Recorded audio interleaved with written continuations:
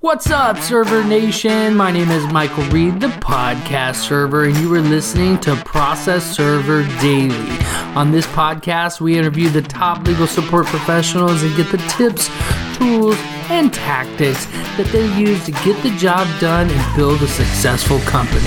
I'm a big fan of storytelling, and I'm excited about today's guest. Before we get started, let's give a big shout out to my new sponsor, Serve Manager. They have a special gift for all of my listeners at the end of today's episode.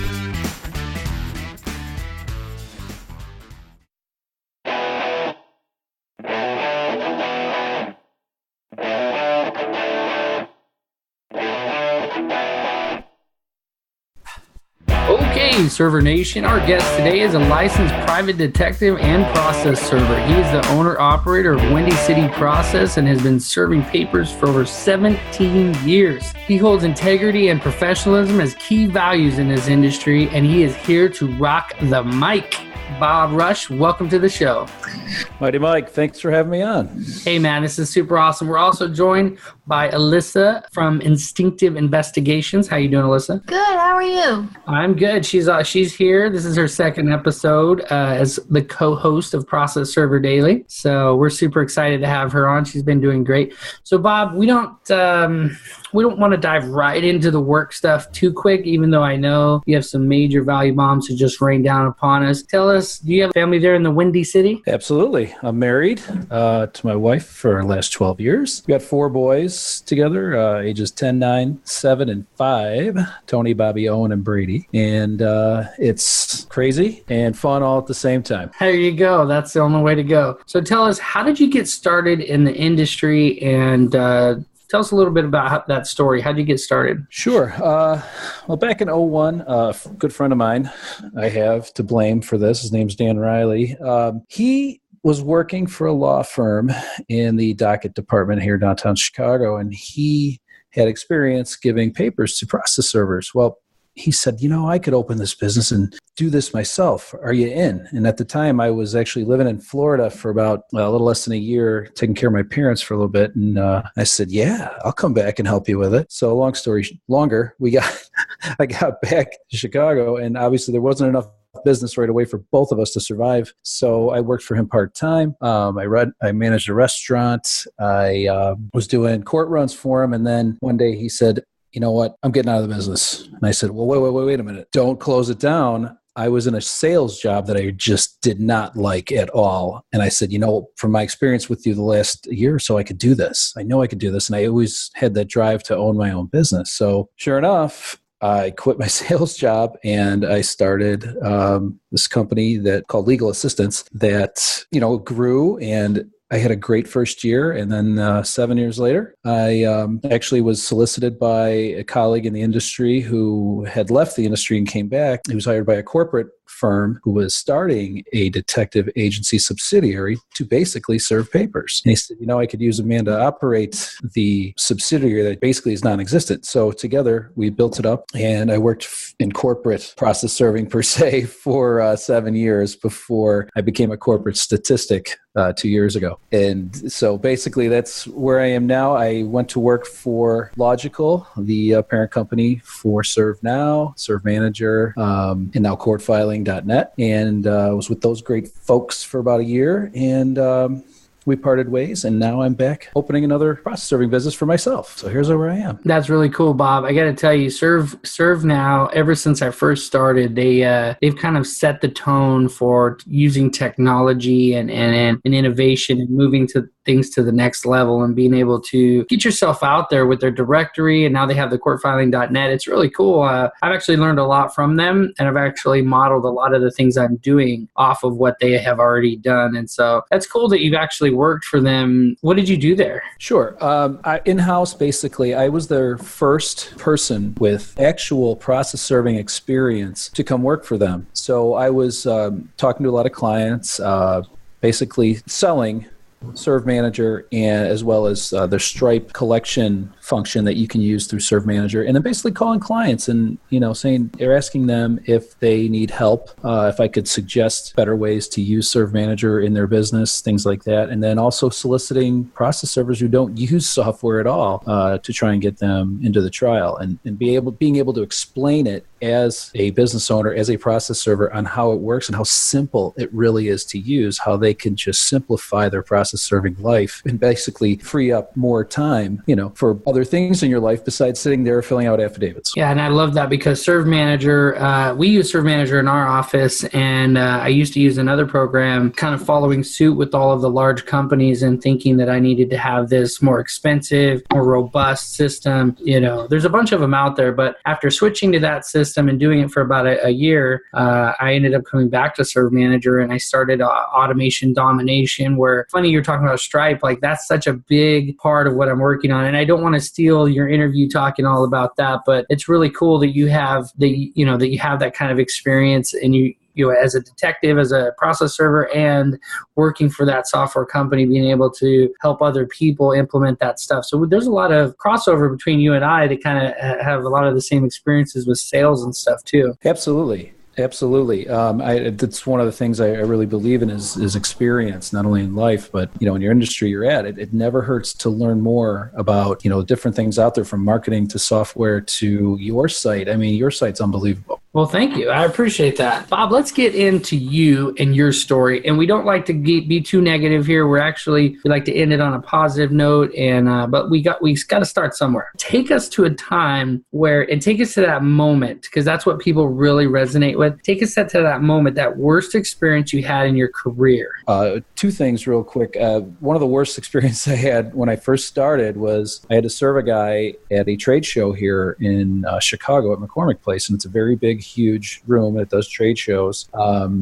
And this gentleman was coming over from overseas, and I had to serve him as the president of a company. Unfortunately, I was spotted right away in front of his booth. He took off his credentials and started walking through all the other booths, and then into a slow jog and into a full sprint. So I chased him down in my young career, caught him on an escalator, and then thinking I had to stay with him or whatnot, I kept following him. He ran into a vestibule, locked himself in a turnstile. Then he went into a cab line and hopped into a taxi cab, in the middle of the line where the cab's not going anywhere. So it's just, kind of a crazy chase per se, kind of a bad experience, because he's out of breath, I'm out of breath, going, "Why did you run?" And he said, "I wanted them to get their money's worth." So it was kind of BS for me, but I guess a real life-changing experience in this industry was when I was young as well, and I had to serve a guy, and I had to drive pretty far out there to get him, and it was at night, and I'm like, I'm not coming back here. And I was knocking on the door, and I see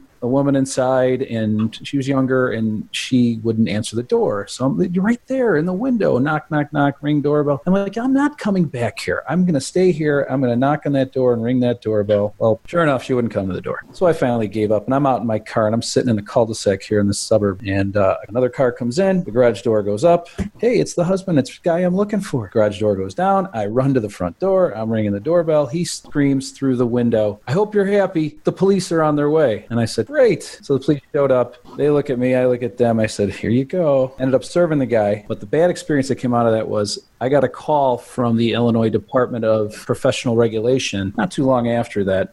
And it was a gentleman said, "Let's meet and talk. There was a complaint filed against you." And I said, "Really?" I said, "By who?" And he said, "Well, we can't tell you." So we meet. The guy was very cool, and he said, he checked out my NAPS listing, and he said, "You got to take this off your listing. You can't do this, you can't do that, and you're fine. Don't worry about it." So he had me shaking in my boots for a while, thinking I did something wrong. Well, it's something that I talk about a lot when it comes to our whole industry is based on the legal parameters that have been set by the county, depending on what state you live in. In my state, it's based on the county. And so when someone filed a complaint against me for doing something similar, knocking, and I came back like 2 hours later, did it again. And this is when I first started too, and I was kind of a little whippersnapper. I'm like, I'm not driving an hour down the hill. I'm going to go have lunch. I'm going to come back. I'm going to go hit these other serves. I'm going to come back until I get you. And so, yeah, I had they actually had the district attorney, one of his assistants, come because it was county. So, and it was a business and professions code is what it fell under. So something similar. So, and it's crazy that somebody who got served can complain against you as if you had some business transaction with them. No, you served them. Exactly. It's kind of crazy. Kind of like them leaving you a bad review or something. It's like, you can't review me. You did not hire me. Like, I served you, you know? I know. Exactly. So that's good stuff. And Bob, what I take most from your story is just get out there. And when you're out there, think about what you're doing when you go to the door. Exactly. That's awesome. So Bob, what do you want Server Nation to take from your story? Well, what I think a server should take from both of those stories is to be smart. Assess the situation in front of you. Obviously, in one of those cases, someone's not going to answer the door blatantly. They know you're there. They see you there. Whatever you do is not going to make them come to the door unless you lit the place on fire or something and they had to run out. So just assess your situation anywhere you're at and be smart. You know, do you have to chase some guy down? What do your rules say?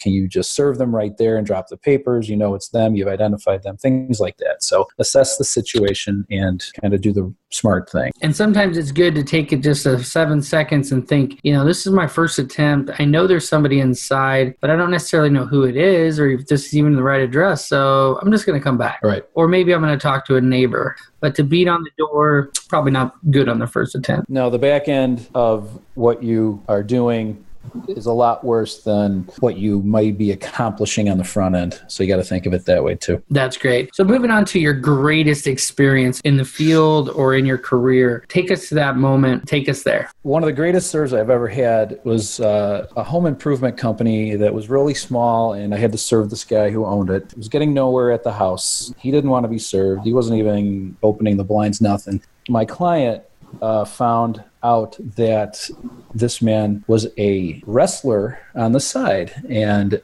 very, very small local wrestling club where they had a warehouse. They put on shows once a month or so, and he was the hero. His character was obviously the hero who wrestled last. And so a friend of mine, I goaded him into coming with me. I kind of dressed up as a wrestling fan. There was all of about 20 people there, kind of disguised myself a little bit. We go in this warehouse. There's 3 rows of chairs. There's an open bar. It was just kind of odd. And then there's this wrestling ring. So they put on a show. They had about 7 or 8 characters, and there was a full storyline. And of course, the last event was the tag team event where the bad guys were going against the good guys, and the good guys happened to be brothers. The guy I was trying to serve for this home improvement company and his brother. So we let the match play out, and ended up being there for about an hour and a half, 2 hours watching this show, and identified the guy I needed to serve. And I didn't want to make a big scene because there were other wrestlers there, and I'm not kidding you, 6'5", 275, that were just standing around. So I waited in line because the guy said, "Hey, if you're interested in getting into wrestling, come talk to me." So we talked to him after the show. I'm the last guy. I got the papers on my jacket, and I pull him aside and I say, "Hey, I know your name's Mike. I've got these documents for you. It's someone's complaint. You're being sued. Your home improvement company's being sued." I go, just trying to be quiet about this. So I give him the papers. What? He gets all crazy, and he grabs the 6'5", 270-pound guy and says, "Come over here. This guy's trying to serve me." He goes, "What?" He takes the papers. They throw them at me. I walked right out of the place, throws it at me, hits me in the back. It scatters all over outside, and it was a cold February night. One of the characters is a clown. When I get to my car, I look back, and this clown with huge floppy feet, the whole costume on, comes running out and starts picking up the papers for this guy in the parking lot as they're blowing away. I said, I think we accomplished something there that night. It was just a great serve where, we're getting nowhere with this guy, and he happens to be a wrestler, and we find him and we serve him, and the satisfaction was, I guess, the greatest part of it. Just in this industry, the greatest satisfaction I've gotten is meeting people like yourself, guys like Steve Glenn, Ruth Reynolds out in Carolina, and then team at Logical, just people in the industry who are so willing to help you, so willing to give advice, so willing to, help you out any way they can. and it's great. I agree, Bob. This industry is like none other. When I first started serving papers, I thought, because I did a lot of sales and stuff, I remember thinking, there's certain rules you have to follow. You can't just like forward jobs. And, like when I found out you could forward jobs to other servers, I was like, aren't you kind of breaking the rules? Like you're going to make money on the job and you're going to pay this guy 25, you're going to get 50, 75, 125, whatever. Right. It seemed like that would be illegal. And the funny thing is in this industry, it's encouraged. It's like, yeah, send it to me. I'll do it for $25. Give me 100 of them, Right. So, right. But as you grow, hopefully you don't have to do it. But meeting people that are willing to help you build your business you're not in short supply. There's people everywhere that are willing to help in this industry, and Server Nation is full of them. So absolutely. What are you working on right now that has you most fired up, most excited? A couple things actually. So e-filing is now mandatory in Illinois, and I'm working on building that into my business as well. Here, there's a lot of attorneys in Chicagoland, that, do things for themselves. And this is something they really don't want to do because there are many stories out there right now, especially in Cook County, of the problems they're having with e-filing. So if you're an impatient attorney, you don't want to do it. You want to give it to somebody else to make it their problem. Well, that's where we come in. I just think it opens up another level of business income to incorporate that into your process serving business. So working on getting that together right now, as well as building my own business up. It's great to ring doorbells sometimes, but there's other days that you don't want to be the person ringing doorbells. You'd rather do the administrative tasks and have time for other things. So working on building up the business as well. And then my third project here is working on another registered agent service like nationwide. I don't want to get into it yet, but it is something where someone can go to a single site and get a registered agent served nationwide for a low price. That's awesome. I'm going to have to talk to you after the show because that sounds like a good opportunity. All right. It's good stuff. So that is some great stuff to be excited about. And Server Nation, Bob has been dropping some major value bombs on us so far today. But prepare yourself because we are headed into the rapid fire round right after a word from our sponsors. And Alyssa has something awesome for us today. Server Nation, imagine what you could do with another 25 minutes per job. This is how much time process servers who use Server Manager are saving. At just 100 jobs per month, that's over 40 hours that can be spent growing your business or doing more important things like spending time with your family. From job creation to affidavit generation, Server Manager is full-featured and hands down the most intuitive process serving software on the market. I use it for my business. I think you should use it too. In my firm, it's important for me to be able to automate the systems that get things done. Serve Manager has done just that with their API integration, where you can set up literally any app that integrates with Zapier will integrate with Serve Manager. I love it. I've set my whole firm up. Go to processserverdaily.com/Serve Manager to get your free trial. If you like it after the 14-day free trial, they've offered to give you another 60 days for free as a thank you for being a Process Server Daily listener. That's processserverdaily.com/Serve Manager. Server Nation, welcome back to the show. Bob, are you ready for the rapid fire round? Let's do it. Awesome. Alyssa, what fun do you have in store for us today? Okay, Bob, what is your absolute favorite skip trace tactic? So basically, I use what everybody else does, different databases, IDI Core, Clear. I've got a free subscription to Tracers currently, Facebook, the internet, things like that. But one thing that I like to use, especially in a very populated area of like Cook County, is court case lookup. A lot of people are repeat offenders in civil cases. So if you're having trouble finding somebody, see if they've got another case out there. Maybe they've been served in another case. Where were they served at? So things like that, just little extra research tools to try and dig up where somebody's at. It's a little extra running around. Sometimes you have to pull a file to get the hard copy out there, but sometimes it's worth it. That's awesome. Okay, so what is your favorite tool for defense when serving? Well, living on the south side of Chicago, you would think I probably have many things to defend myself. But when out in the field, honestly, it's conversation and words, using your words to get yourself out of a situation, walking away things like that. There's a lot of tension in Chicago right now. There's a lot of violence, and I think being armed would invite more violence or invite more, kind of raised eyebrows and people not opening their doors than if I didn't have one. Basically, that's the way I feel about it. I'll talk to somebody, I'll talk their ear off to get out of a situation if I had to, or just walk away. So Bob, tell me this, if you don't carry any protection as far as that goes, I totally get that. A lot of people are like that, but tell me, what words do you use? What makes you different from somebody else that you can talk your way out of a hairy situation like that? Oh, a little bit of luck, obviously. Everybody needs luck. But again, assessing the situation, what am I serving? Is it something that may invite a confrontation, or is it something simple as somebody owes $900 to a credit card company? Just try and talk them off the ledge. If somebody wants to be confrontational, obviously human nature, it's very easy to be confrontational back. But if the real trick is if you can kind of give them a smile and kind of talk them down and say, hey, this is no big deal. This really isn't. You want me to leave? Oh, not a big deal. I'm not here to arrest anybody. I'm not here to confront anybody. I'm just here to deliver a little piece of paper or a couple pieces of paper. Dummy down the situation.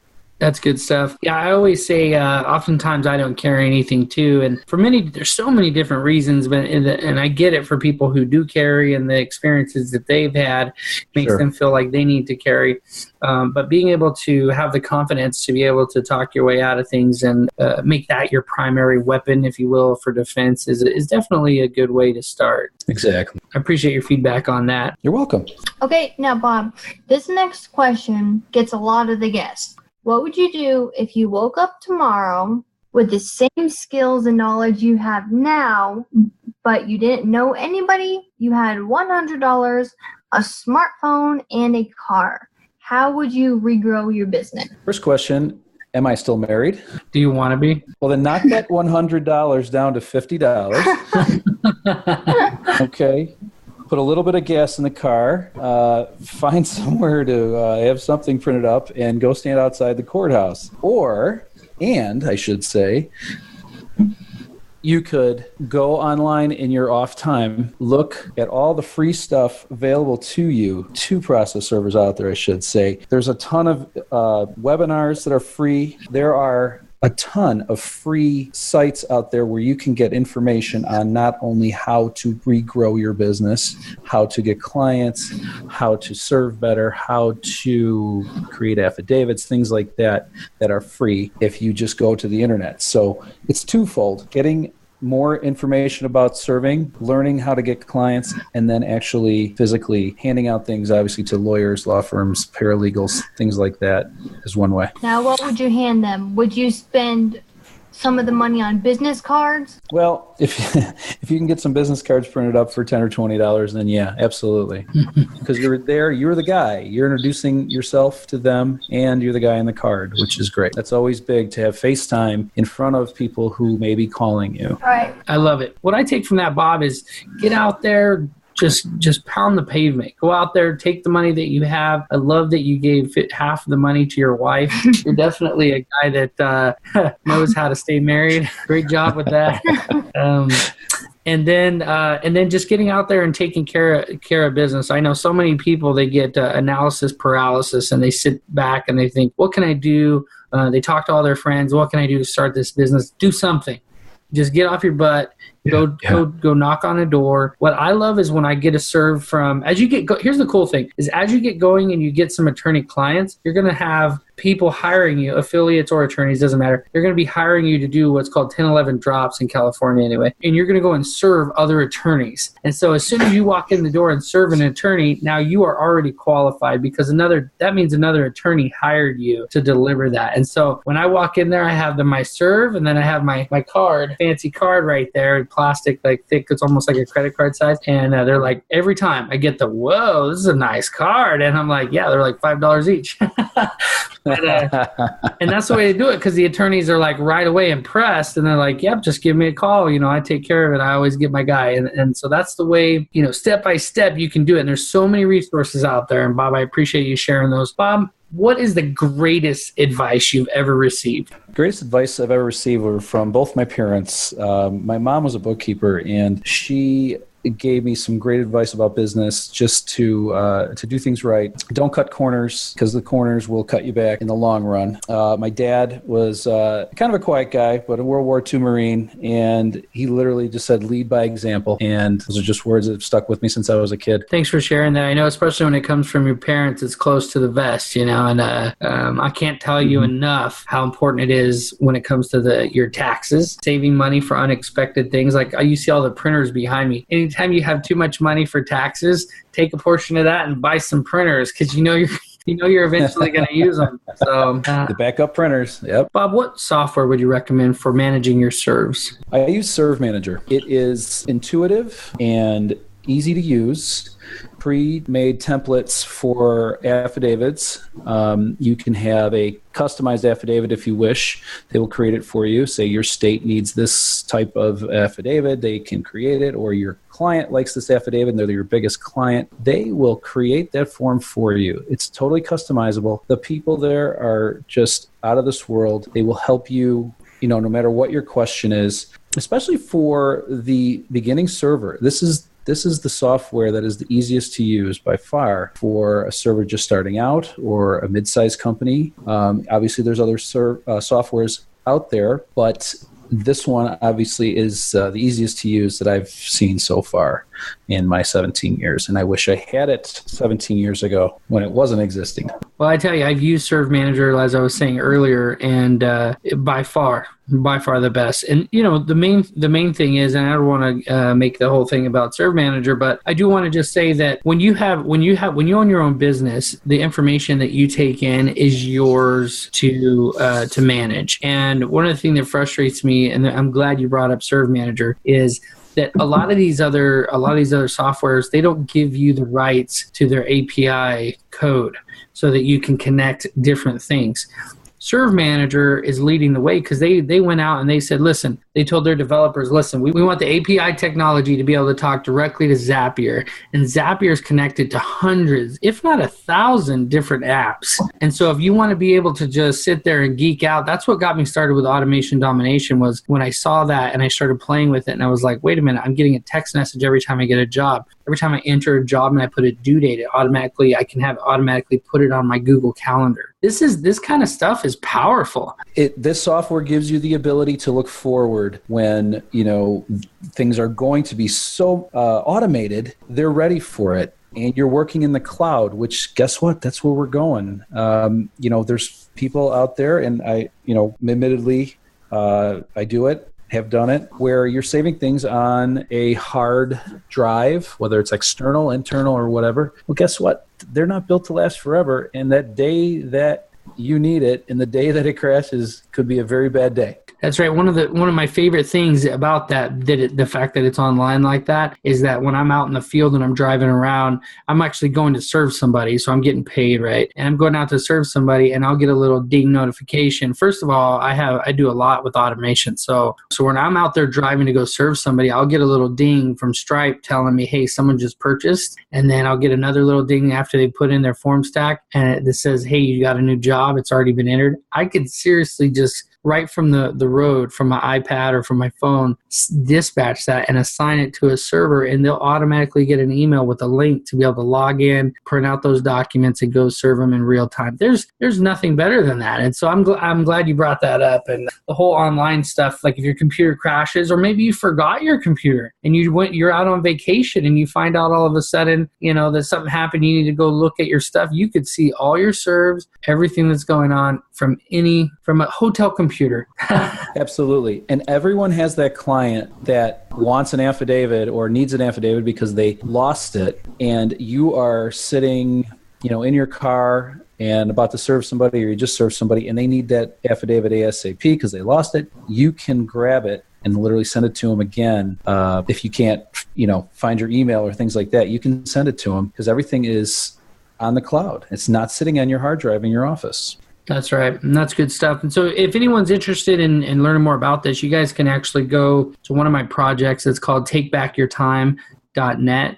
And I have my automation domination stuff, but there's actually a Serve Manager link there. When you click on it, you'll get 60 days for free of ServeMan. They actually give you a 14-day free trial, then they turn around and give you another 60 days, if you like it, free trial just for being a listener of the podcast here. So, and mention my name. I'm sure Trent and the fellas will give you a discount. Okay, Bob. Well, that was good stuff. What is the best way that we can connect with you? And then we'll say goodbye. Sure. WindyCityProcess.com is my web address. My phone number is 312-296-9506. That is my cell number. I am not afraid to give it out. And my email address is legalassistancechicago@gmail.com. And assistance is spelled ASSISTANTS. Server Nation, you guys can go to processserverdaily.com/Bob, and you're going to get to see his show notes. If you're not the guy that likes to listen and you want to read, that's the best place to go. processserverdaily.com/Bob. Bob, I want to personally thank you for coming on to the show. I've been impressed with your story and everything you have going on in the Windy City in Chicagoland. Thank you, Mike. Thank you, Alyssa, for coming on and rocking the rapid fire round. No problem. And it was nice to meet you, Bob. I look forward to talking to you more and hopefully working with you. Well, thanks, Alyssa. I loved it, and it was great talking to you as well. Do you have any parting advice? Yeah, just one thing or a couple things that I think are very important to any process server, especially a small company or a guy just starting out. Answer your phone. Answer your phone. I can't tell you how many times an attorney has told me, I love how you answer your phone. Because they expect voicemail. Anytime you can answer and get them an answer right away, or you're getting new business right away, that's what you want. So answer your phone. Use the free resources that are out there. There's so much to learn. I'm never too old to learn. That's my motto. Until next time, Server Nation, you've been served up some awesomeness by the Windy City Server, Alyssa the Investigative Diva, and Mighty Mike, the Podcast Server. Don't forget to go to processserverdaily.com/serve manager to claim your 60-day free trial after the first 14-day free trial that they already give you. Go to processserverdaily.com/serve manager.